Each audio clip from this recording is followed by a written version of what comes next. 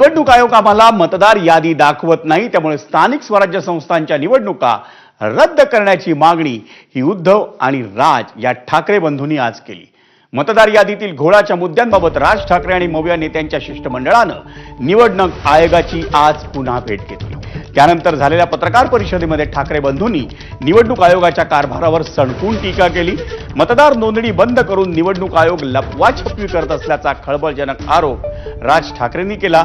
तसंच व्हीव्हीपॅटवर निवडणुका घेण्याची आयोगाची इच्छा नाही, त्यामुळे सर्व पुरावे नष्ट करण्याचा हा डाव असल्याचा आरोप उद्धव ठाकरेंनी केला। आता निवडणूक आयोग या आरोपांवर नेमकं काय स्पष्टीकरण देणार याची सर्वांनाच उत्सुकता आहे।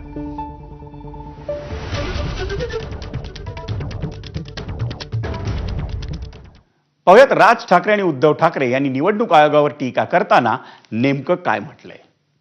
आम्ही त्यांना स्पष्ट शब्दात सांगितलेलं आहे की जोपर्यंत हा संपूर्ण निवडणूक मतदार यादीतला घोळ तुम्ही त्याच्यावरती काही स्पष्टीकरण किंवा तो सुधारत नाही, तोपर्यंत या निवडणुका होता कामा नयेत।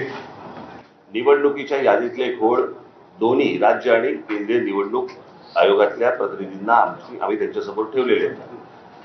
ते सुधारले पाहिजेत आणि ते सुधारून विरोधी पक्षाचं समाधान झालं पाहिजे, सत्ताधारी पक्षाचं समाधान झालं पाहिजे, कोणाचंही, परंतु जे निवडणुका लढवतात मला असं वाटतं त्या राजकीय पक्षाचं समाधान झाल्याशिवाय त्यांनी निवडणुका घेऊ नयेत।